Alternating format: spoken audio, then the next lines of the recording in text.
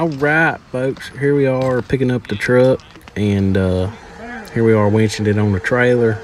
We actually literally welded the winch plate and everything onto the trailer the night before we went to go get the truck, and it worked incredibly well.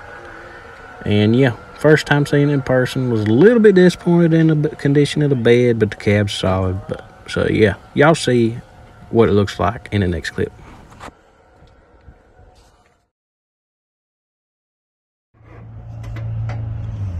Well, motor not locked up.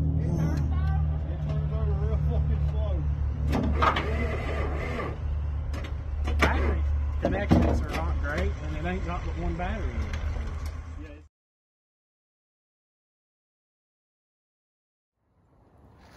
All right, folks, now that we got the truck home and off the trailer, I'll do a little overview of her here.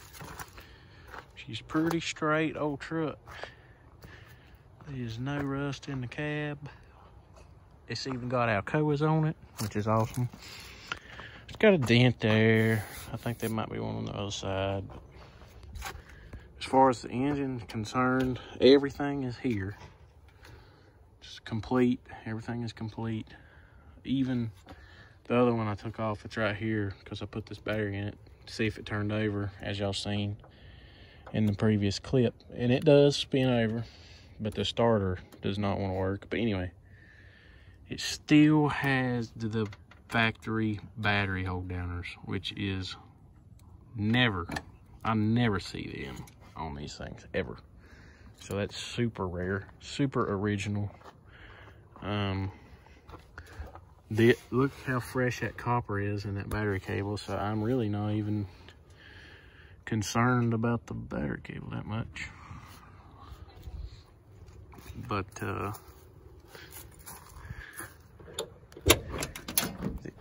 inside's pretty rough. It's got this white stuff on it.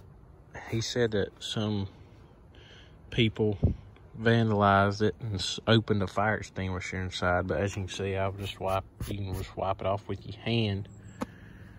But they opened the fire extinguisher inside and threw it on the windshield. So that's what the windshield looks like. And anyway, it's got this old 90s tint that's peeling off and looks like absolute Fido's ass that we're gonna get off here.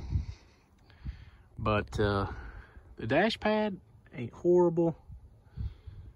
The carpet is disgusting, very disgusting. I'm probably just gonna rip the carpet out and just buy a whole vinyl floor mat. But the seats, this seat, the top of it's pretty nice, but you know, it's got a little rips over there from the driver. But the back seat, as is in most of these crew cab trucks, is freaking mint. And the headliner is freaking minty. And also, me being a bullnose nerd, this is a super rare truck. It's a tilt wheel, cruise control, with the clock, the factory clock up here in the radio dash bezel, which is another super rare option. It's a 4-wheel drive crew cab dually, which is very, very rare. And since it's an 86 and not an 85 or prior, with it being a 350, it does have a Dana 60 Kingpin front axle, which is worth half of what I paid for the truck. And anyway, that alone was a huge selling point for me. But all the door panels are in pretty good shape. I mean, I like how it's got the chrome around the edges and all that stuff. But yeah, the carpet's disgusting. And the seat's pretty nasty. This one is anyway. The back one's pretty good. But that's about the only rust in the cab. And it ain't even bad. The rest of the cab, like, that's the driver's cab corner. That's the rear cab corner. But yeah, she's just messy. Been sitting out in the field.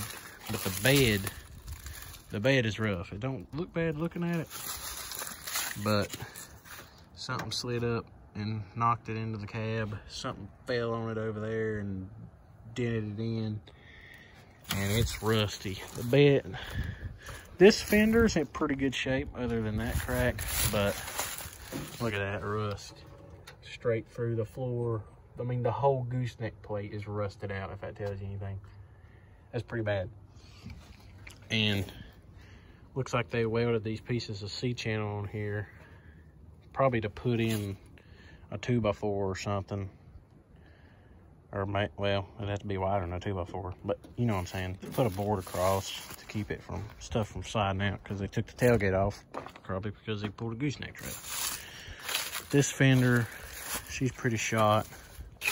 I mean, they could be repaired, but truth be known, I'm just gonna put a daggum flatbed on this thing, but it's nasty. It needs cleaned badly, but yeah, look at all the rat turds right there. It's bad. It's real bad. But we got some Fleet Guard filters, brand new in the damn wrapping, and a brand new fuel filter for this truck. Like, that is actually the right fuel filter for this truck, which is nice. Got daggum brand new tubes of grease. I don't know what all this crap is. I ain't even touched it, but look how perfect this rear door panel is. I'm glad they're in good shape, because I would never be able to find another one like it in tan. Most of these crew cabs are red interiors. But anyway, enough with my rambling on this old Sheen. I'm gonna show y'all though, there's a bad sign. Like I say, it did spin over, but this is not a good sign. Look how incredibly sludgy the dipstick is. I don't know if y'all can tell how bad sludgy that is, but it's just sludge, which it's been sitting since 2016, which don't sound like a long time ago when you say it like that, but like my brother pointed out to me, that's been 8 years ago, which is like, ugh, wow. But anyway, still the factory Ford radiator, still got the daggum heat insulation and the sound deadening, still has the factory door or the hood light. I mean, this thing is just as about original as you can get. It's probably a really low mileage truck, and also underneath it there ain't many oil leaks either. So like I say, I think it's a very low mileage truck here that I got. So I'm pretty happy with it, really. And the inside of the master cylinder don't look bad. It's just a little low on fluid, and the fluid's a little nasty. But what I might start out with doing on this thing, like I say, the starter don't really want to work at all, but I might drain the oil on it and see what comes out. And then after I drain the oil, I might pour some just straight diesel fuel down the oil field tube to flush out whatever sludge is in the bottom of the pan, maybe, hopefully. Because I did that on my other 6.9, if y'all watched that video, when it had water in the oil, and it worked out pretty good. I ain't had no problems out of it. So but yeah, I mean, everything's here, the air condition, everything. I mean, it's original as you can get. The cruise control box is still there. She's a unicorn. Not to mention it was built in Canada. Like, this truck was literally built in Canada. There's the import sticker, I believe. So yeah, she's a pretty cool old truck. Anyway, I'll drain the oil and we'll see what comes out. All right, folks, as you can see, I have punctured the fuel filter, trying to get it off. And as expected, it's red dye fuel in there, because he said they used it to drive around and on their farm and stuff. They didn't have a tag on it for years. So I kind of expected that to have red dye, which is actually good, because red dye used to be better fuel. It used to be high sulfur, I think, until 2014, somewhere in that range. But I cannot get that filter off for the life of me.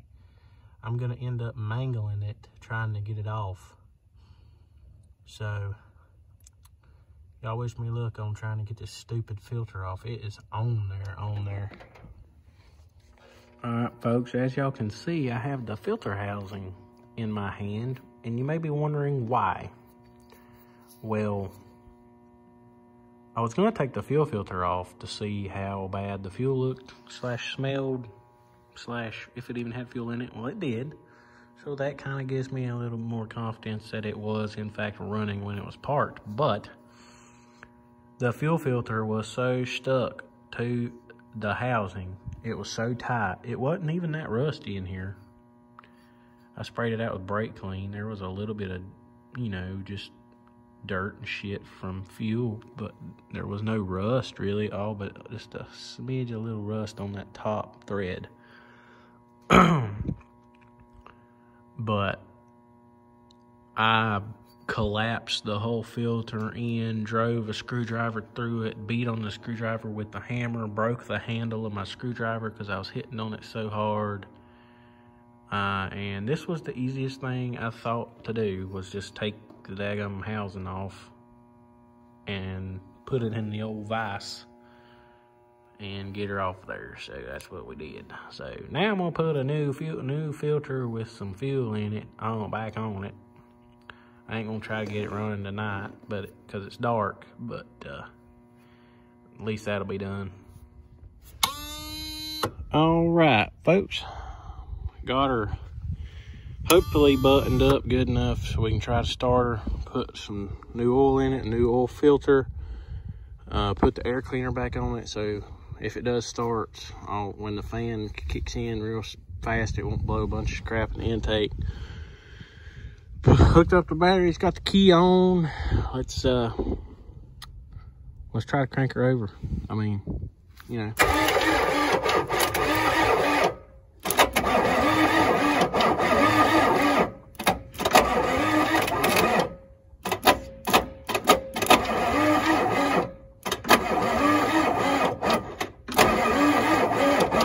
Just don't spin over half bad.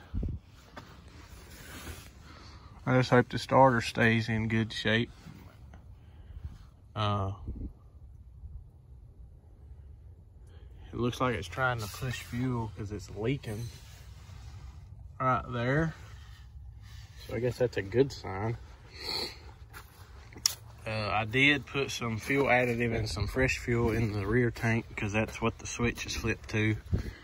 So that's probably the tank it's drawing from. I tell you what, I'm gonna crank up my other 6.9, hook some jumper cables up to it, and so we can get some more cranking speed. All right, folks, I'm gonna show y'all something pretty awesome. I got the injection lines cracked. I've been cranking on it a little bit. Watch the fuel squirt out of the injection lines. Look how good a fuel pressure we have. Now, it might not look like much just looking at the fuel spraying out, but look at the brake booster, how much fuel is sprayed on it from the injector.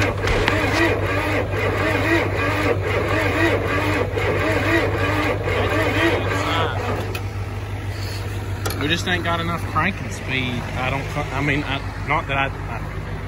know we ain't got enough cranking speed. I might set them injection lines back down since I know they're bled out of air. That way, you know, it's putting it directly to the injector where it pops at the right pressure. Might tighten it up. Give a shot of ether maybe after I let this thing charge the batteries up. And I got y'all set up at the exhaust. I think I finally got it to hit once. So we'll set y'all back up here and see what happens.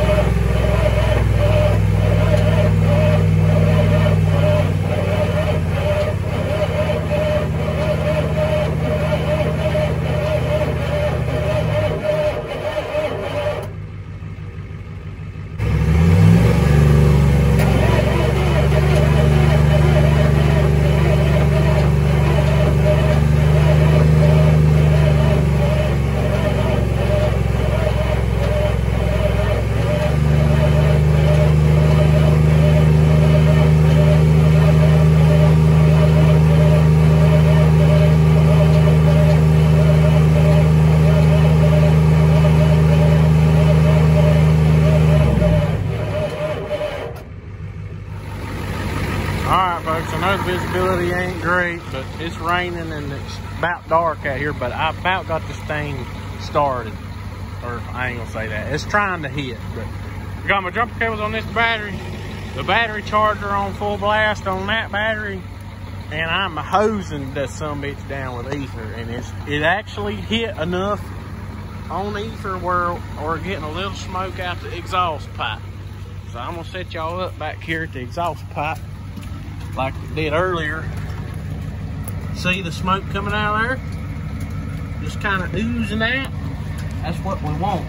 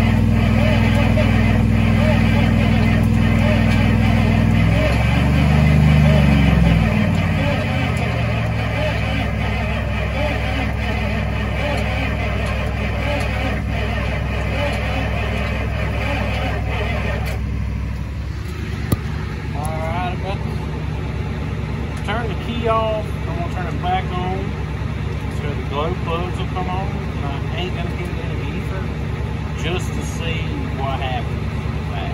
So I'm gonna try that, and like I said, we'll see what happens. It probably will not try to start, but the fuel's so old. I think that's why it's not trying to run. It's because the fuel just with it sitting so long and not running in a long time, it won't bust off on that old fuel. You know what I'm saying? So I'm gonna try the glow plugs. Maybe that'll get the fuel in the combustion chamber warm enough for it to half fire off of it. So maybe not. I don't know. We're gonna try it.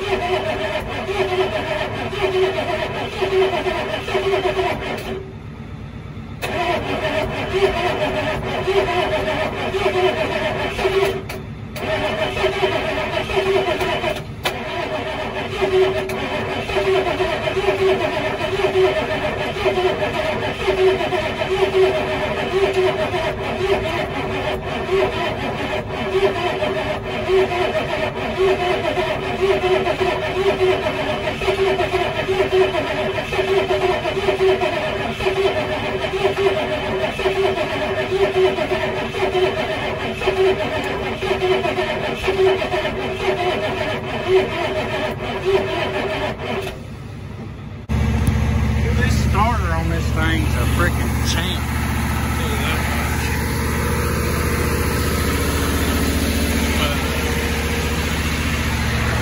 5 on the bolts.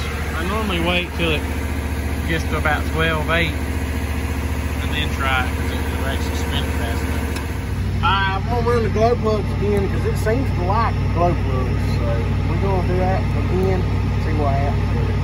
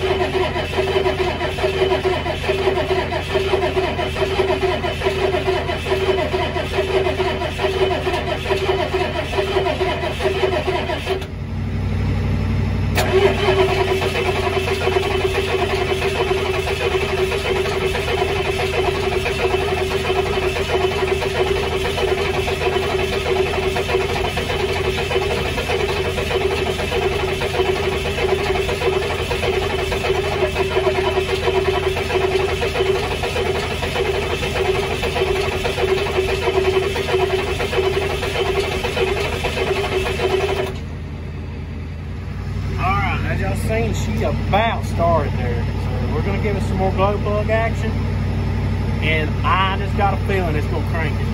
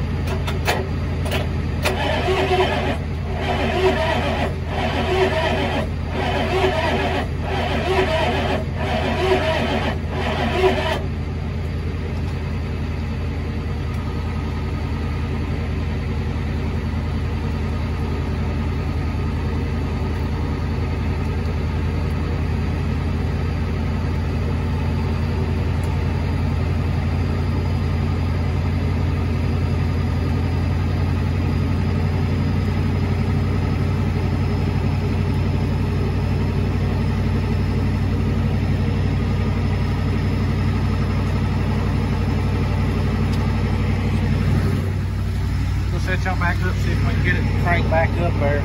It did start, but the starter's so hot, it's a little hard to turn it over now. So we're gonna see if we can get it to crank up again.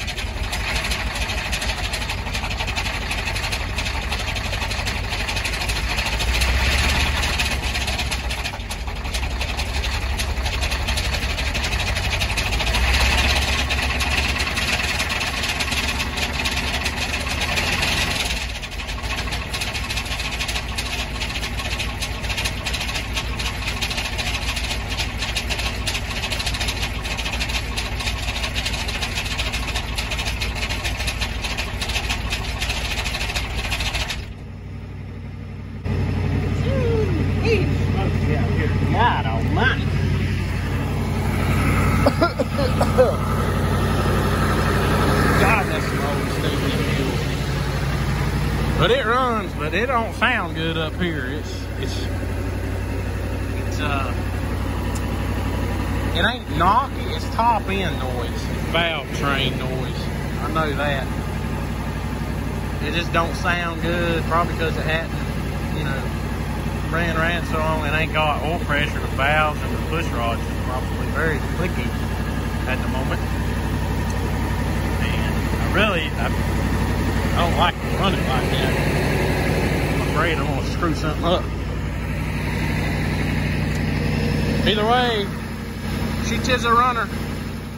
All right, folks, we're back under the truck here. As you can see, I got the drain pan back under here. We're gonna drain this oil that I put in it back out because it was used, and it's making some awful bad valve train rackets up there. I don't think the oil's thick enough, or it ain't got up there yet.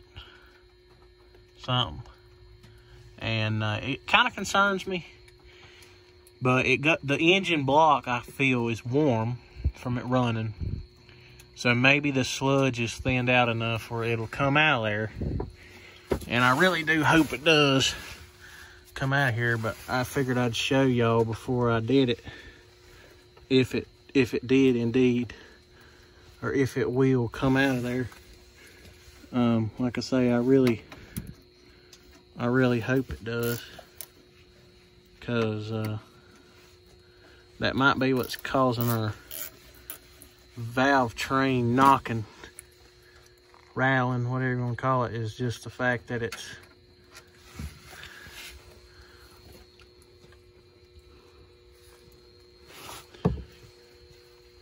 ooh. I don't know if y'all can see that, but there are pieces of metal on my finger. So that's not a good sign. Something could actually be really screwed up inside of it, but the rest of the oil seems okay. But what was in the bottom of that pan, yeah, that's metal. Definitely some metal stuff there. I ain't a big fan of that. But the oil is definitely thin where it's actually coming out of the truck. So again, that's a good thing. And it's warm.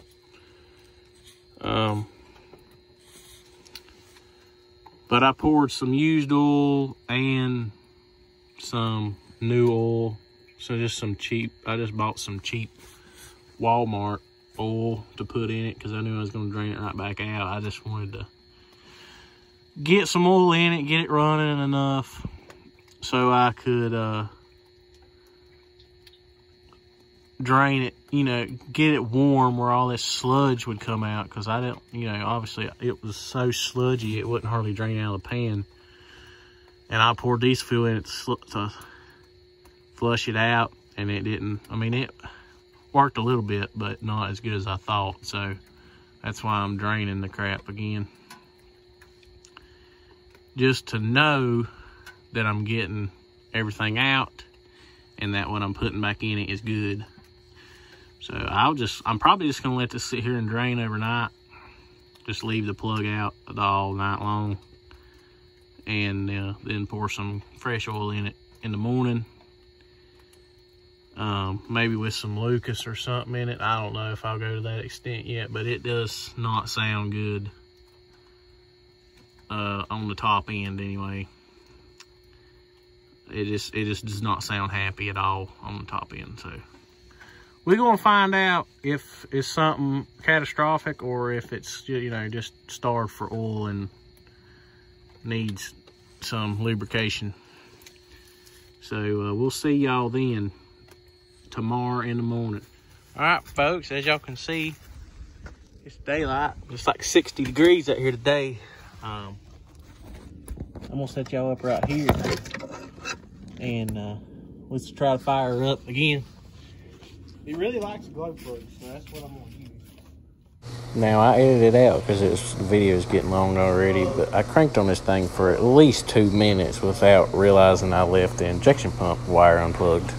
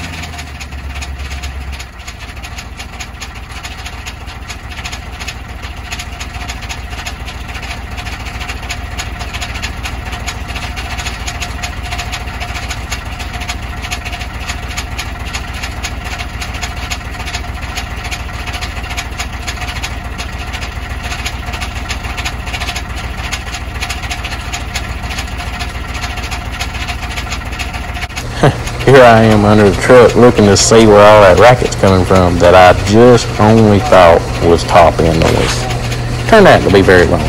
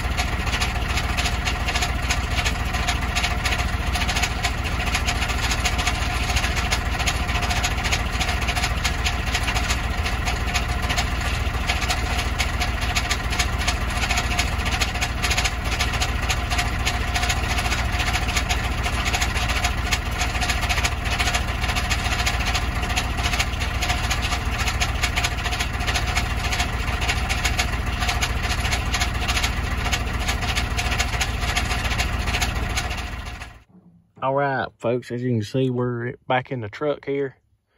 Looking at this insanely broken windshield. But anyways, I was just going to let y'all know this is going to be a to be continued series build on this truck. And y'all need to watch the next video and see what kind of catastrophic damage has happened to the engine after I got it running.